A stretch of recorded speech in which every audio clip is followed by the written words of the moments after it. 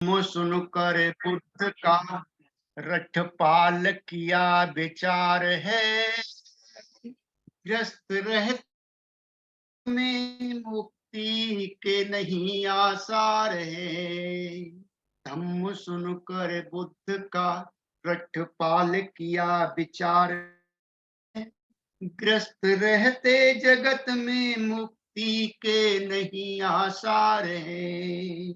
आज्ञा लेने माँ पितृ की लेट धरा पर जाए है। आज्ञा लेने माँ पितृ की लेटा धरा पर जाए है। अन्न जल सब तज दिया आज्ञा लीनी जाए है। अन्न जल सब तज दिया तब आज्ञा लीनी पाए है। हर्ष का चल दिया संग समक्ष गया आए है। शास्ताने की उपसंपदा भिक्खु लिया बनाए है। सो एकांत वास कर शीघ्र ही, एकांत वास कर शीघ्र ही पाया निर्मल ज्ञान है। उन महाश्रम में बंधन हमारी शान है। रठपाल आए नगर में दासी से सुन पाया है। सृष्टि पहुंचा पास में भोजन हेतु बुलाया है। पिंड पात करने गए तब द्रव्य का लोभ दिखाया है। सुंदर सुसज्जित दाराओं ने उसको बहुत लुभाया है। बुद्ध पुत्र श्रमण पर बुद्ध पुत्र श्रमण पर कोई असर नहीं आया है। दुखित भाव से सेठी को आने का लक्ष्य बताया है। ही पालन तो ब्रह्मचर्य का पालन ही सारे द्रव्यों की खान है। उन महाश्रमण के चरण में बंद हमारी शान है। उन महाश्रमण के चरण में बंधन हमारी शान है। तो शुरू करते 28 बुद्धों से। तड़हंकरो महावीरो, तड़हंकरो महावीरो, मेघंकरो महायशो, शरणंकरो लोकहितो, दीपंकरो ज्योतिंधरो, कोणंचो जनपामोखो, मंगलो पुरुषार्थ, सुमनो सुमनो धीरो, रेवतो शोभितो गुण संपन्नो, अनोमदसी जनुत्तमो, पद्मो लोकपै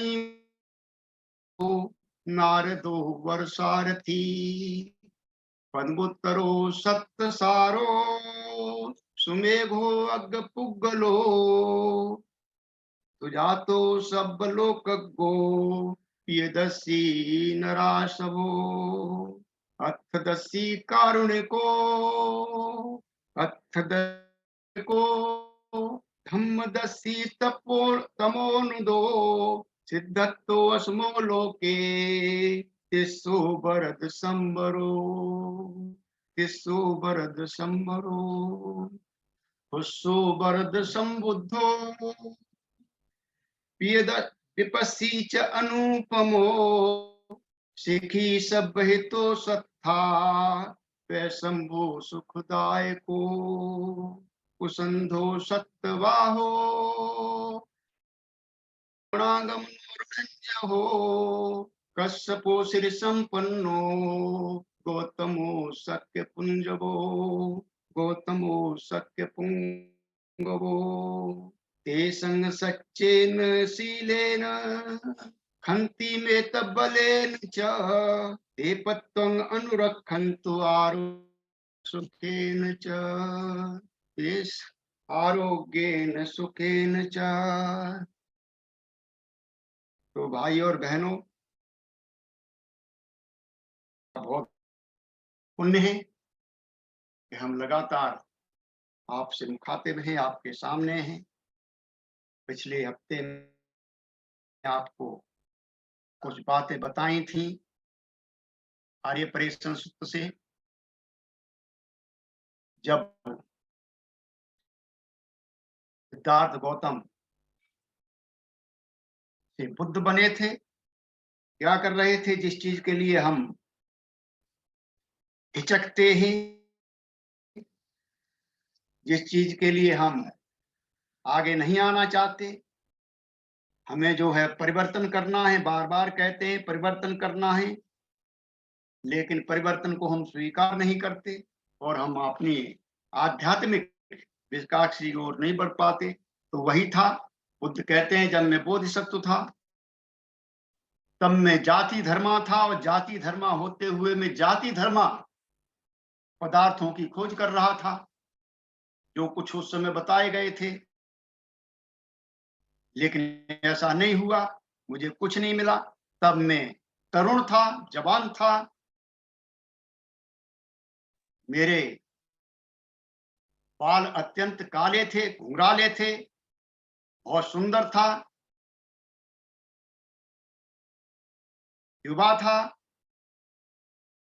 से युक्त, और पहले वयस में ही अपने माता पिता को छोड़ा था मैंने, पूरा परिवार छोड़ा था, राज्य छोड़ा था, उनको रोते हुए छोड़ा, और जो मेरे सुंदर केस थे उनको काट दिया मैंने, मुड़ा दिया, और जो मेरे राजसी वस्त्र थे उनको भी मैंने उतार दिया, जो कुछ था मेरे शरीर के ऊपर उसको भी उतार करके मैंने एक परिव्राजक से कपड़ा लेकर के अपने तन को ढका। मैं जो है ज्ञान की खोज के लिए आगे बढ़ गया। तो उस समय मगध में बहुत बड़ा भंडार था ज्ञान का, उस तरफ चल रहा मैं, और तब मैं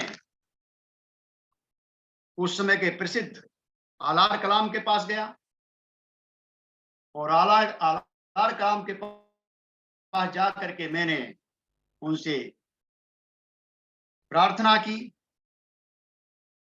कि मैं आपके आश्रय में इस धम्म विनय को जो आपके पास है उसको सीखना चाहता हूं। तो मुझे देख करके उन्होंने मुझे आज्ञा दी।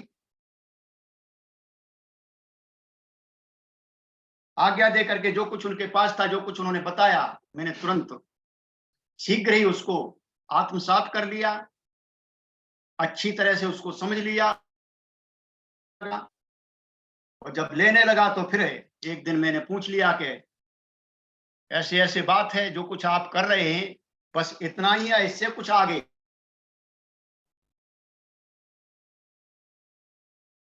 तो आलार कलाम ने उनको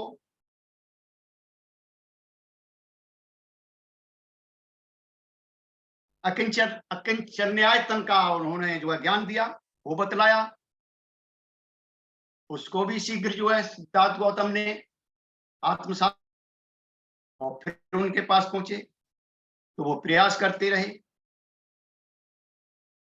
वो भी साक्षात्कार कर लिया। फिर उनके पास पहुंचे कि इससे आगे मैं भी नहीं जानता हूं।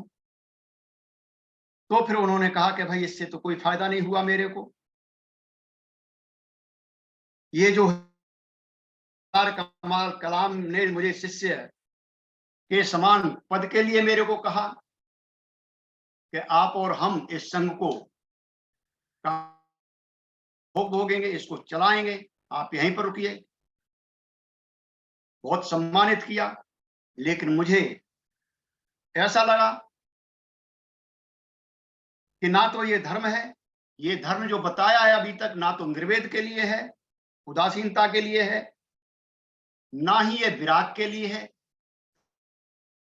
ये और ना ही ये निरोध के लिए है, ना ही ये शांति के लिए है, और ना ही ये अविज्ञा के लिए है, और ना ही ये संबोधि के लिए है, और ना ही ये निर्वाण के लिए है।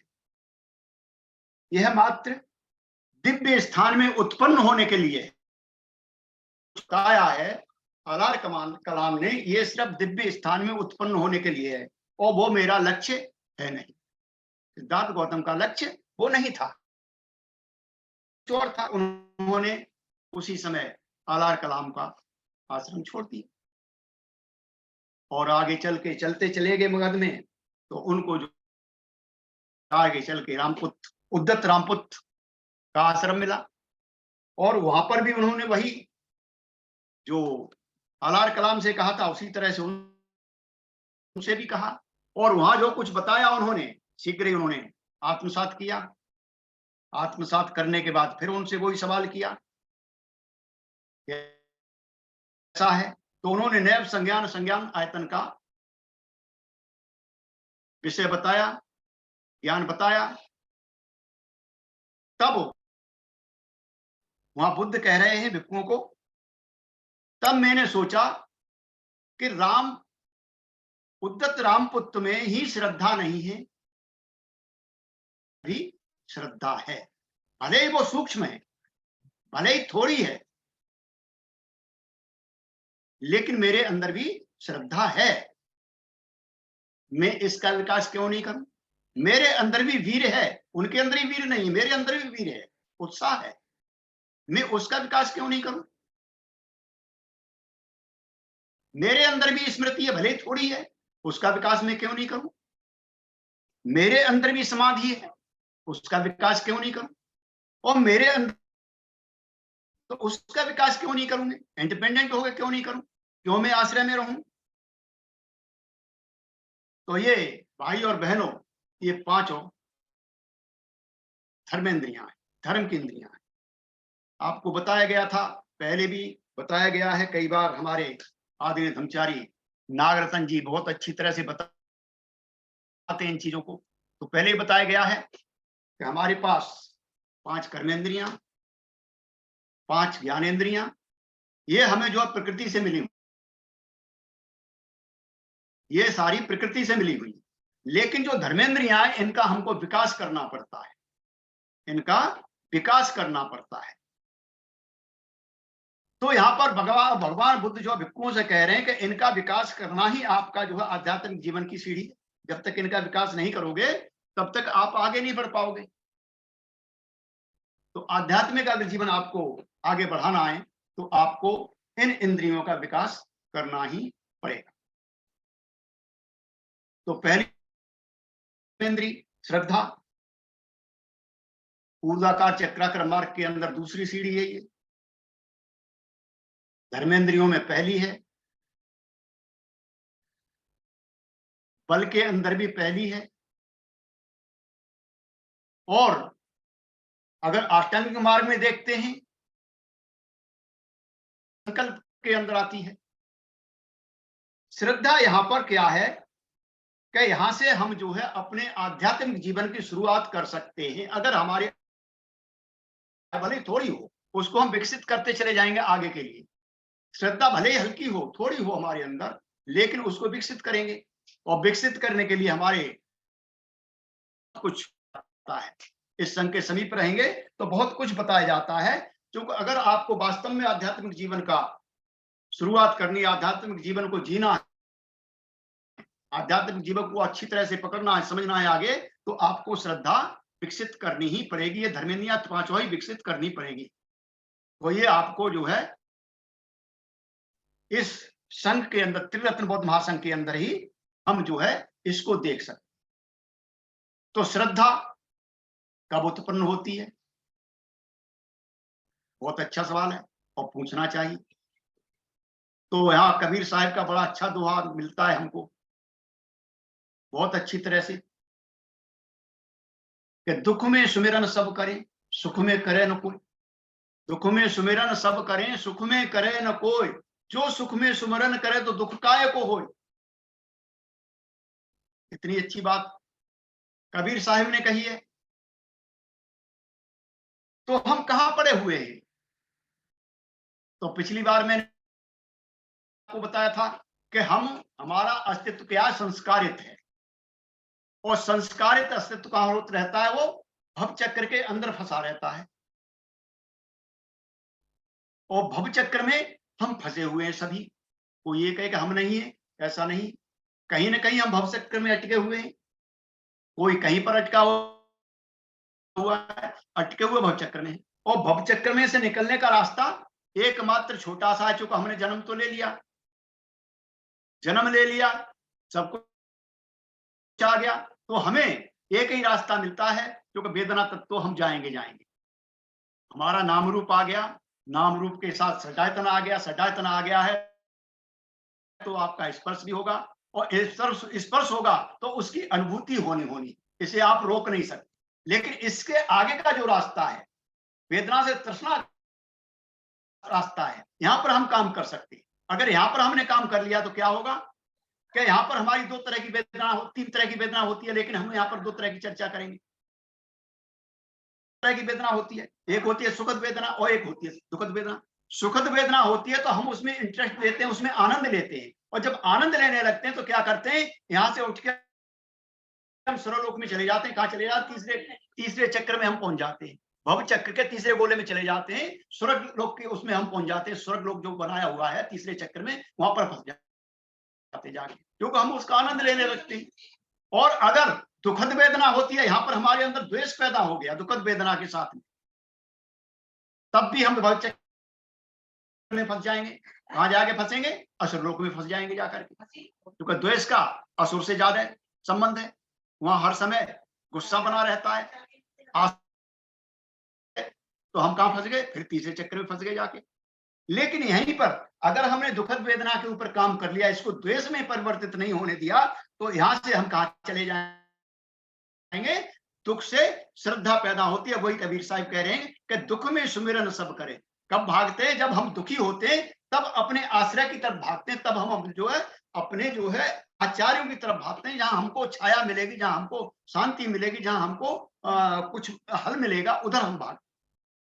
तो दुखद वेदना से हम किधर जा रहे हैं, दुख से क्या पैदा होगी, श्रद्धा पैदा होगी। लेकिन यहाँ दुख को हम जो है द्वेष में परिवर्तित नहीं होने देंगे, तब श्रद्धा में जाएंगे। तो दुख से श्रद्धा, तो ये जो है भौतिकवाद के बिल्कुल विपरीत है। हम भौतिकवाद से समझना चाहें या बुद्धिवाद से समझना चाहें, ये बिल्कुल विपरीत है। यहां पर कहा गया है कि ये तर्क पर आधारित होनी चाहिए श्रद्धा, तर्कपूर्ण होनी चाहिए, कुतर्क नहीं, तर्क पर होनी चाहिए, सच्चाई पर होनी चाहिए। अगर हमारी श्रद्धा विकसित होती है, भले ही थोड़ी विकसित हो, अगर विकसित हो रही है, तो यही हमारे आध्यात्मिक जीवन बीज बन जाएगा।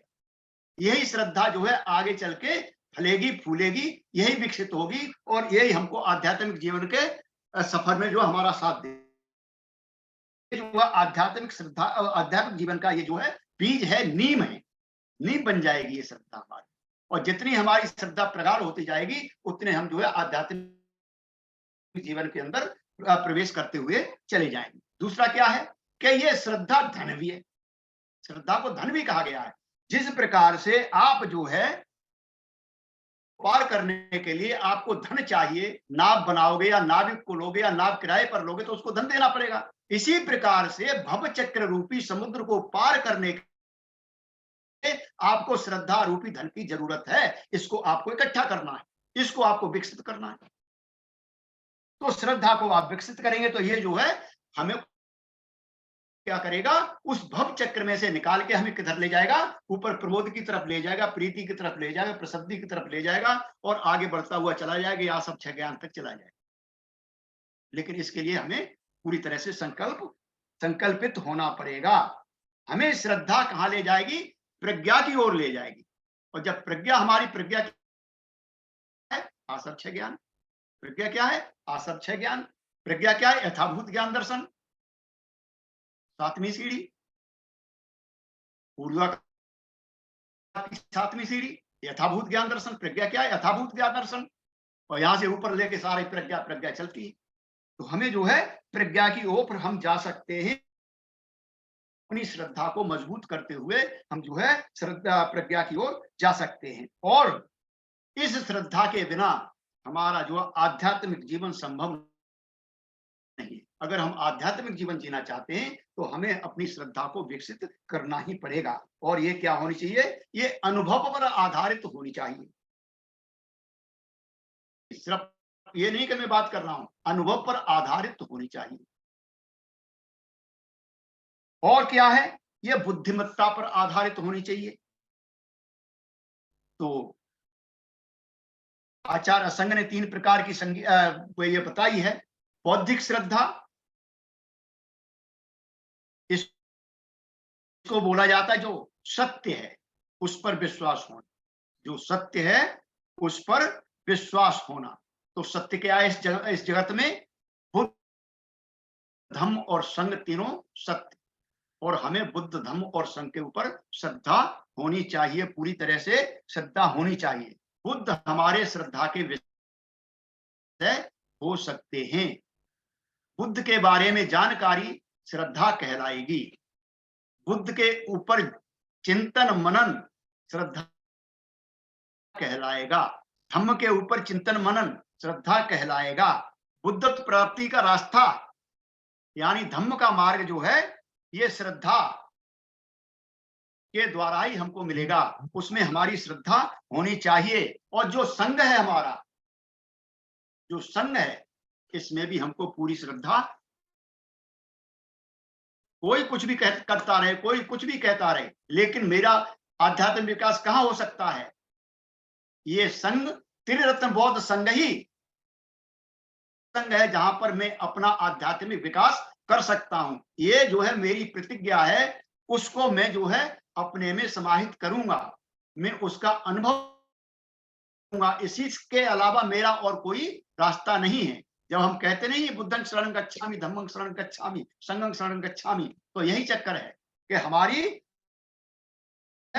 हमारी बुद्ध, धम्म और संघ के अंदर श्रद्धा व्याप्त है, उसी में हमारी जो है श्रद्धा स्थित है। हम जो है दूसरे कोई श्रद्धा हमारी नहीं किसी के ऊपर, हम सिर्फ बुद्ध, धम्म और संघ में श्रद्धा रखते हैं। दूसरा क्या है? दूसरी जो ये है बौद्धिक श्रद्धा, और दूसरी है भावनिक श्रद्धा, जिसको हम जो है बुद्ध गुणों का चर्चा करें, धम्म गुणों की चर्चा करें, संघ गुणों की चर्चा करें, उन गुणों को अंदर समाहित करने की कोशिश करें, आत्मसात करने की कोशिश करें। लेकिन यहां पर बड़ी सावधानी रखनी पड़ती, क्योंकि यहां पर बहुत काम करने पड़ते हैं। हमें बुद्ध को नमन करना होगा, हमें बुद्ध को सजाना होगा, हमें बुद्ध को अच्छी तरह से, पूरी तरह से साष्टांग प्रणाम करना होगा, बुद्ध को हर समय अपने सामने रखना होगा। लेकिन यहाँ पर हमें सावधानी बरतनी पड़ेगी, कहीं ये हमारा कर्मकांड तो नहीं बन रहा।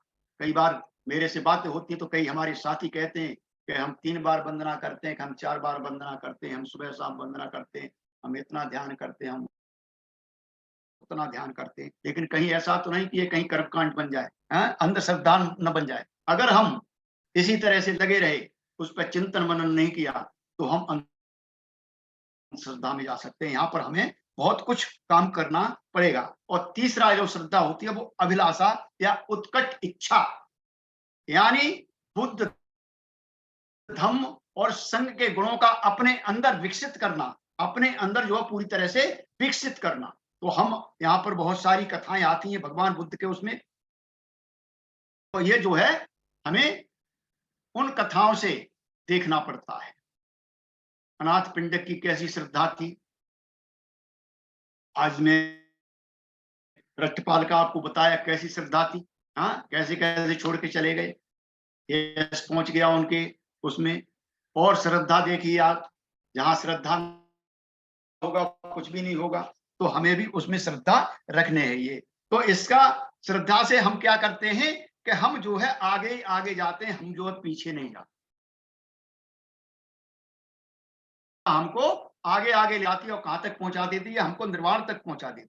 ये हमारे अंदर प्रसन्नता बढ़ाती है, हमारा मन पूरे दिन प्रसन्न रहेगा, प्रफुल्लित रहेगा, हम पूरी तरह से सजग रहेंगे। और स्पष्टता लाती है श्रद्धा। श्रद्धा से क्या होता है? स्पष्टता लाती है, पूरी तरह से खोल देती है। ये जो कुछ यथाभूत ज्ञान, स्पष्टता, यथाभूत ज्ञान दर्शन जैसा है वैसा ही हम देखने लगते हैं। और हमारा मन क्या है? स्थिर होता है, हमारा मन चंचल नहीं होता है, होता है। भाई और बहनों, यही चीज अगर हम देखें तो श्रद्धा से हमको 5 लाभ मिलते हैं। 5 प्रकार के हमको डर से जो है मुक्ति मिलती है। 5 जीवन में डर होते हैं, उनसे हमको मुक्ति मिलती है। कौन सा? कि जीवनोपयोगी चीजों का जो डर होता है, जो जीवन में हमारे उपयोगी जो चीजें हैं, जिनको हम इकट्ठा करते रहते हैं, बहुत सारी चीजें हमारे जीवन में आती, और अभी भी हम बहुत सारी चीजों से घिरे बैठे हुए हैं। यहाँ ये जो चीजें हैं, अगर हम इनको छोड़ दें तो उसका डर नहीं लगता। हम कभी भी छोड़ देते हैं, छोड़ के चले जाते हैं, कोई डर नहीं लगता। दूसरा, पद प्रतिष्ठा की आसक्ति से छूटते हैं।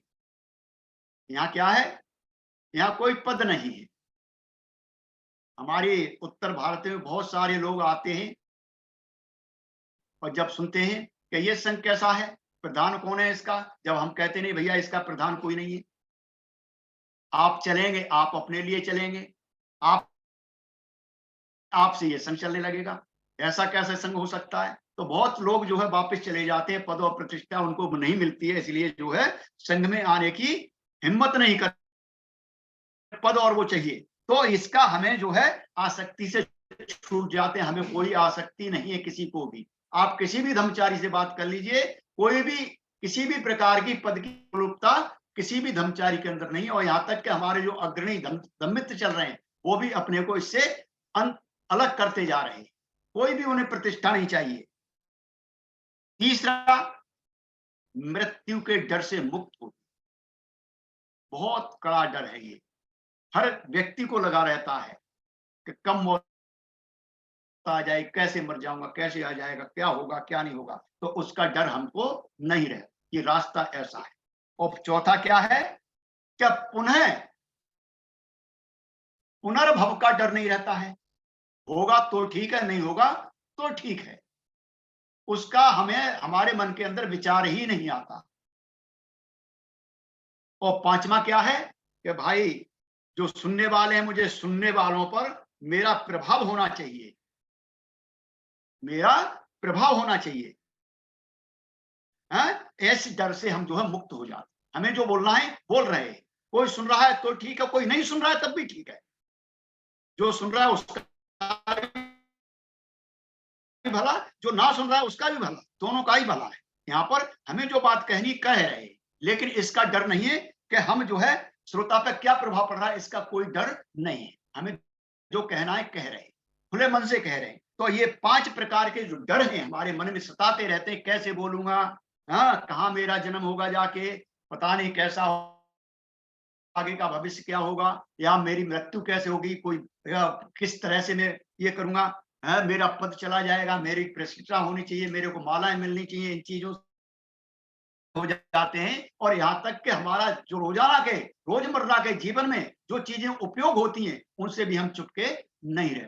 तो श्रद्धा की वजह से हमारे 5 डर जो है खत्म हो जाते हैं, और हम जो है अपने आध्यात्मिक जीवन में आगे बढ़ते हुए चले जाते हैं। तो भाई और बहनों, ये जो है श्रद्धा जीवन की नींव है।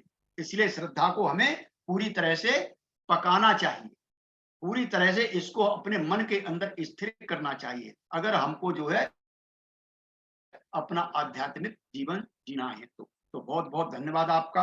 आपने सभी ने मेरे को अच्छी तरह से सुन लिया।